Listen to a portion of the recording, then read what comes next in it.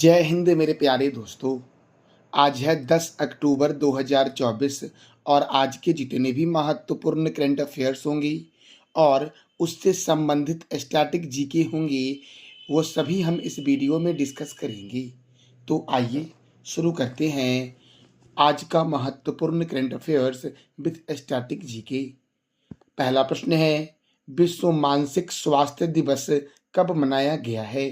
तो 10 अक्टूबर को मनाया गया है विश्व मानसिक स्वास्थ्य दिवस। कब मनाया गया है? 10 अक्टूबर को। अगला प्रश्न है, तूफान मिल्टन के कारण किस देश के फ्लोरिडा में स्थित टम्पा खाड़ी क्षेत्र को खाली कराया गया है?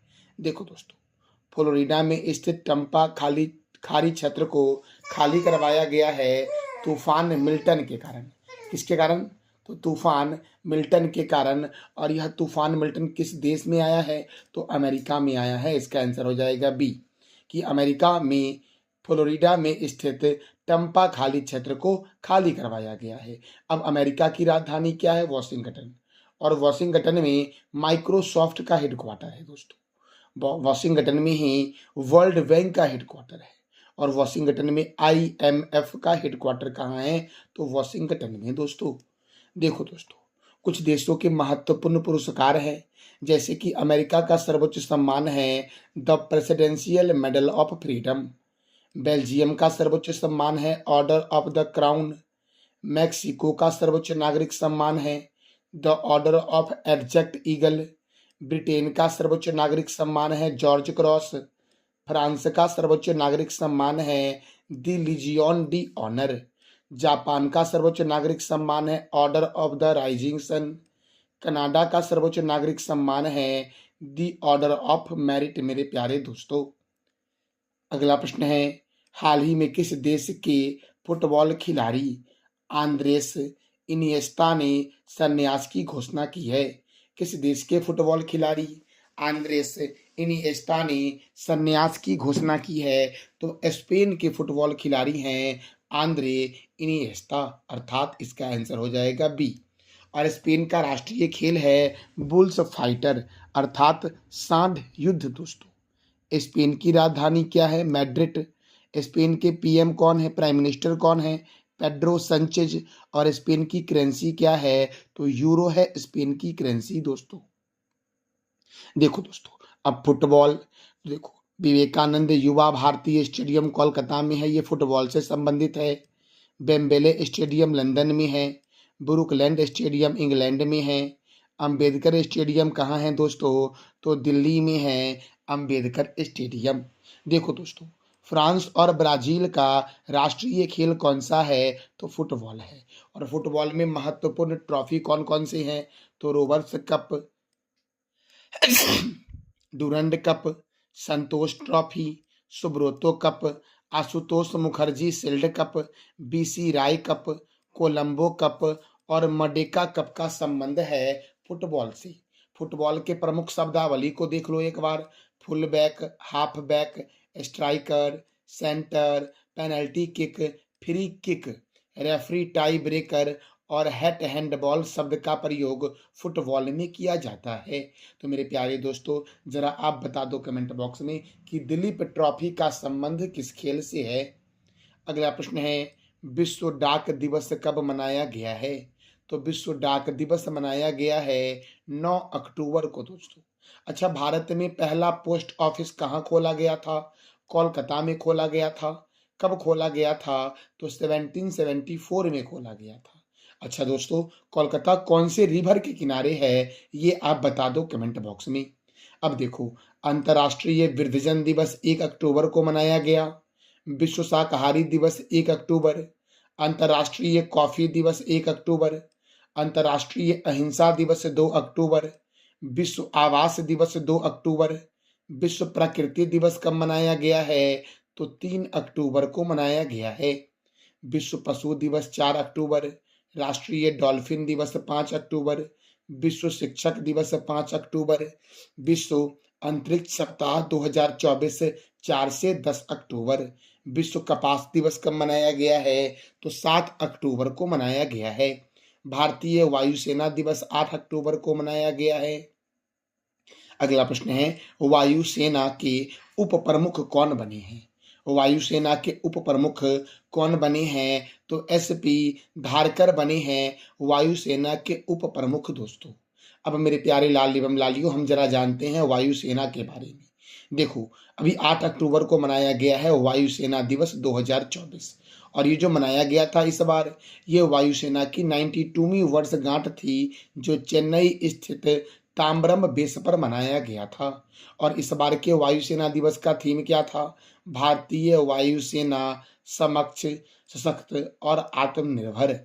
दोस्तों देखो, तो वायुसेना की स्थापना कब हुई? 8 अक्टूबर 1932 को। मुख्यालय है नई दिल्ली में। इसका आदर्श वाक्य क्या है? नभ अस्पृश्य दीप्तम। इसके प्रथम अध्यक्ष कौन थे? तो एयर मार्शल सुब्रतो मुखर्जी, जिसे हम लोग एस मुखर्जी के नाम से बुक में पढ़ते हैं। मेरे प्यारे दोस्तों, वायुसेना के वर्तमान में अध्यक्ष कौन है? अमरप्रीत सिंह हैं। अच्छा, चीफ ऑफ डिफेंस स्टाफ कौन है? अनिल चौहान। अच्छा दोस्तों, वायुसेना दिवस तो 8 अक्टूबर को मनाया जाता है, तो इंडियन आर्मी डे कब मनाया जाता है? 15 जनवरी को। और इंडियन नेवी डे मनाया जाता है 4 दिसंबर को। मेरे प्यारे दोस्तों देखो, नौसेना के वर्तमान में अध्यक्ष कौन है? तो दिनेश कुमार त्रिपाठी है। और थल सेना के अध्यक्ष कौन है? तो युपेंद्र द्विवेदी हैं थल सेना अध्यक्ष दोस्तों। हाल ही में WHO ने किस देश को ट्रिकोमा मुक्त घोषित किया है? दोस्तों देखो, ट्रिकोमा, ग्लूकोमा, मोतियाबिंद, ये सब जो होता है नेत्र से संबंधित रोग हैं। और WHO ने किस देश को ट्रिकोमा मुक्त घोषित किया है? तो भारत को WHO ने ट्रिकोमा मुक्त घोषित कर दिया है। अब WHO का फुल फॉर्म है वर्ल्ड हेल्थ ऑर्गेनाइजेशन, जिसका हेडक्वार्टर स्विट्जरलैंड के जनेवा में है। WHO की स्थापना हुई 7 अप्रैल 1948 को। दोस्तों WHO की स्थापना 7 अप्रैल को हुई थी, इसीलिए विश्व स्वास्थ्य दिवस प्रत्येक वर्ष 7 अप्रैल को मनाया जाता है। और WHO के वर्तमान में डायरेक्टर जनरल कौन है? तो टेड्रोस अधानो गैब्रियस है WHO के वर्तमान में डायरेक्टर जनरल।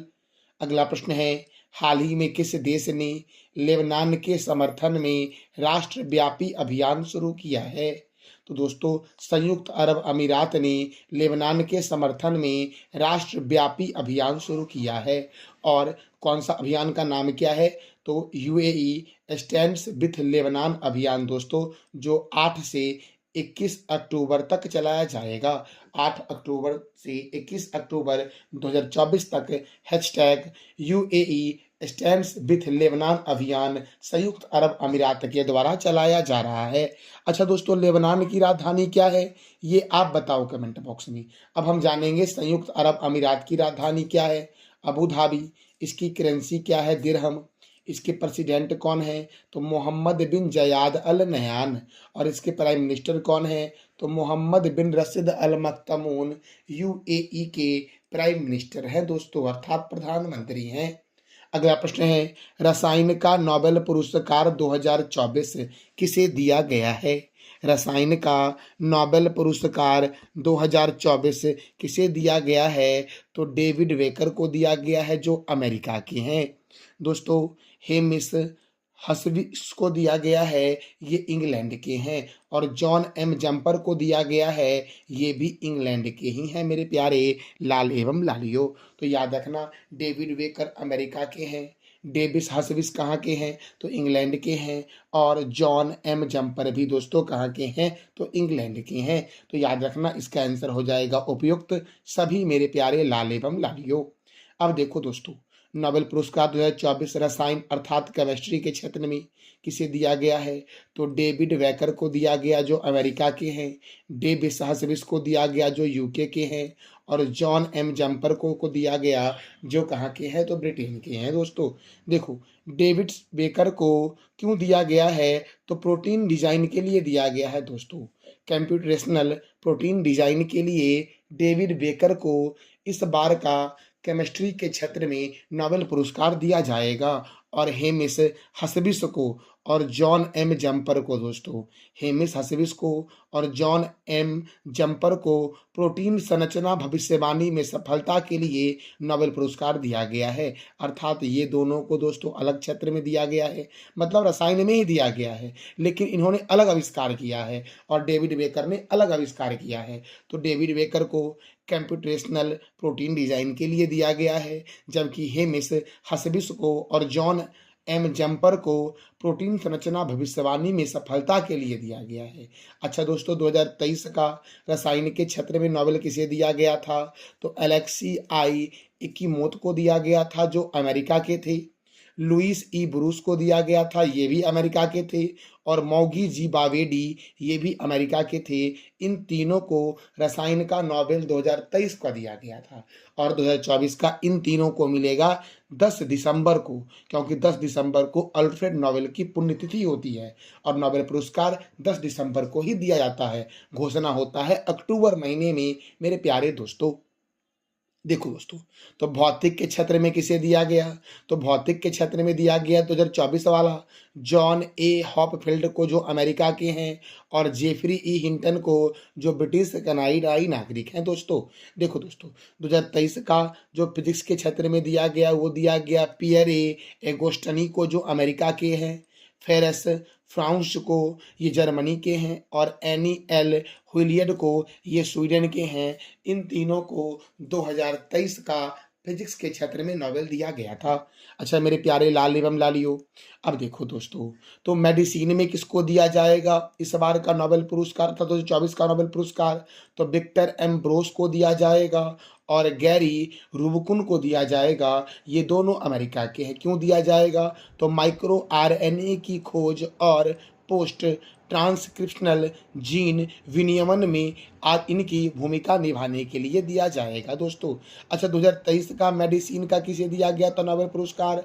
तो कैटालीन कारिको को, जो हंगेरियन अमेरिकी बायोकेमिस्ट थे, और ड्रू विसमैन को दिया गया, जो अमेरिका के थे दोस्तों।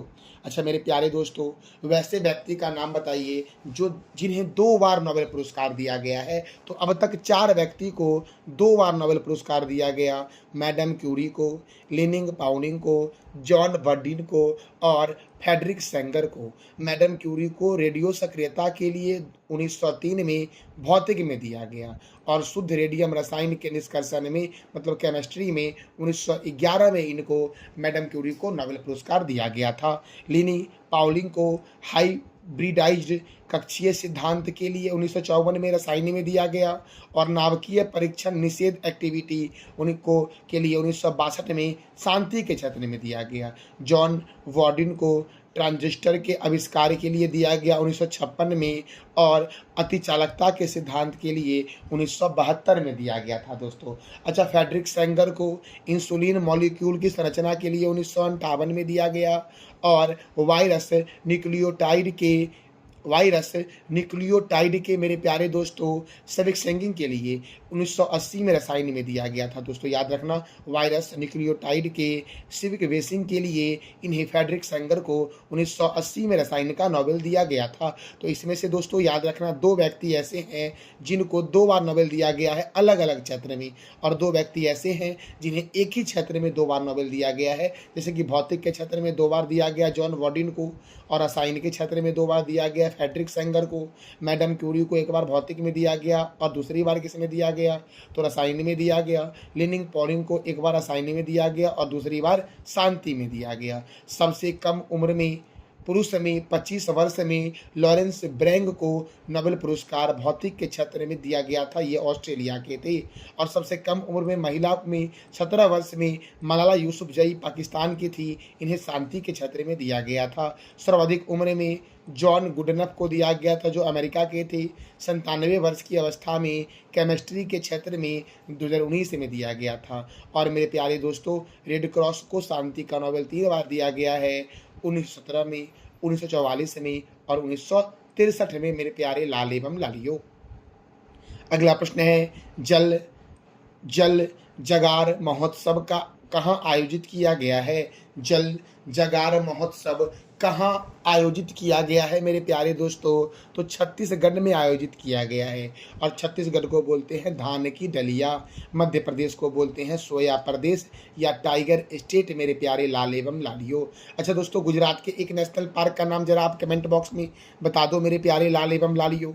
अब जानेंगे हम छत्तीसगढ़ के बारे में कि छत्तीसगढ़ में इंद्रावती राष्ट्रीय उद्यान है, कंगार वैली राष्ट्रीय उद्यान है, गुरु घासीदास बाघ रिजर्व है, उदंती सीता नदी बाघ रिजर्व है, लेमरू हाथी अभ्यारण्य और पिंगला बाघ रिजर्व जो है ये छत्तीसगढ़ में है। धान की डलिया के उपनाम से जानते हैं छत्तीसगढ़ को। और चित्रकूट झरना को भारत का नियाग्रा जलप्रपात कहते हैं, ये छत्तीसगढ़ में है चित्रकूट झरना। और नियाग्रा जलप्रपात जो है ये अमेरिका और कनाडा की सीमा पर सेंट लॉरेंस नदी पर है मेरे प्यारे लाल एवं लालियो। अच्छा, छत्तीसगढ़ के पड़ोसी राज्य कौन कौन से हैं? तो उत्तर प्रदेश है, मध्य प्रदेश है, झारखंड है, ओडिशा है, तेलंगाना है, महाराष्ट्र है और आंध्र प्रदेश है। दुधवा राष्ट्र देखो दोस्तों, दुधवा राष्ट्रीय उद्यान अगर आपसे पूछे तो उत्तर प्रदेश बोलोगे, लेकिन मैं यहाँ पूछा हूँ दुधवा बांध कहाँ है? तो महानदी पे बना हुआ है और छत्तीसगढ़ में है। गागरेल बांध महानदी पर छत्तीसगढ़ में है। स्वामी विवेकानंद हवाई अड्डा रायपुर में है। और चित्रकूट झरना जो है ये कहाँ पर है? तो छत्तीसगढ़ में है। और चित्रकूट झरना का उपनाम क्या है? तो भारत का नियाग्रा जलप्रपात। वर्तमान में छत्तीसगढ़ के मुख्यमंत्री कौन है? तो विष्णुदेव साय हैं दोस्तों। और राज्यपाल कौन है? तो ये आप बताओ कमेंट बॉक्स में। देखो, छत्तीसगढ़ के पहले आदिवासी मुख्यमंत्री जो है वो विष्णुदेव साय ही हैं मेरे प्यारे लाल एवं लालियो। अगला प्रश्न हमारा है, किस राज्य के मैहर में उस्ताद अलाउद्दीन खां संगीत समारोह शुरू हुआ है? तो मध्य प्रदेश के मैहर में। दोस्तों इसका आंसर हो जाएगा ए, कि मध्य प्रदेश की मैहर में उस्ताद अलाउद्दीन खां संगीत समारोह शुरू हुआ है। अब मध्य प्रदेश, तो मध्य प्रदेश के प्रमुख नेशनल पार्क को जान लेते हैं एक बार।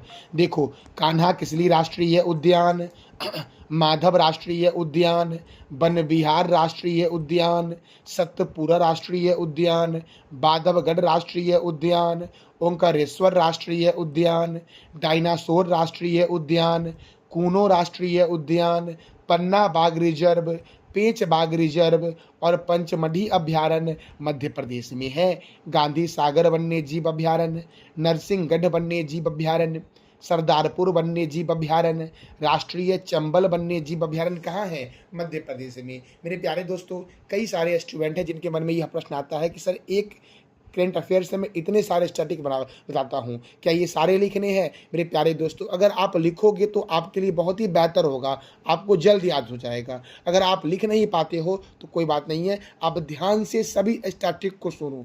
अगर बार बार दोस्तों आप सुनोगे तो आपको धीरे धीरे खुद ब खुद याद हो जाएगा। आप इसको स्किप मत करो। आप जिसे जानते हो उसे स्किप तुरंत से कर देते हो, तो आप इसको स्किप मत करो, बार बार रिवीजन करो, जिससे क्या होगा, आपको अच्छे से याद हो जाएगा। राजा भोज अंतर्राष्ट्रीय हवाई अड्डा भोपाल में है। देवी अहिल्याबाई होलकर अंतर्राष्ट्रीय हवाई अड्डा कहाँ है? इंदौर में। सोया प्रदेश और टाइगर स्टेट के नाम से जानते हैं मध्य प्रदेश को। देखो, मध्य प्रदेश के पड़ोसी में है उत्तर प्रदेश, महाराष्ट्र, छत्तीसगढ़, राजस्थान और गुजरात। दोस्तों सांची का स्तूप मध्य प्रदेश में है। और भीम बेटिका की गुफा भी कहाँ है? तो मध्य प्रदेश में है। दोस्तों कल मैंने आपसे 3 प्रश्न किया था कि दादा साहब फाल्के पुरस्कार 2022 किसे दिया गया है? मिथुन चक्रवर्ती को।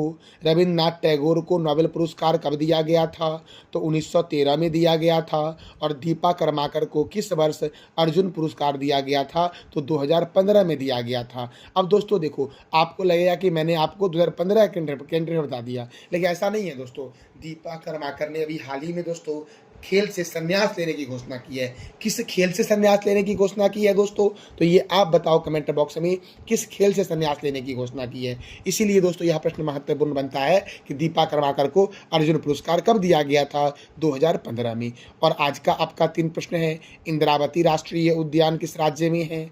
मैडम क्यूरी को भौतिक के क्षेत्र में नोबेल कब दिया गया था? और WHO ने किस देश को ट्रिकोमा मुक्त घोषित किया है? तो इस तीनों प्रश्न का जवाब दे दो आप कमेंट बॉक्स में मेरे प्यारे लाल एवं लालियो।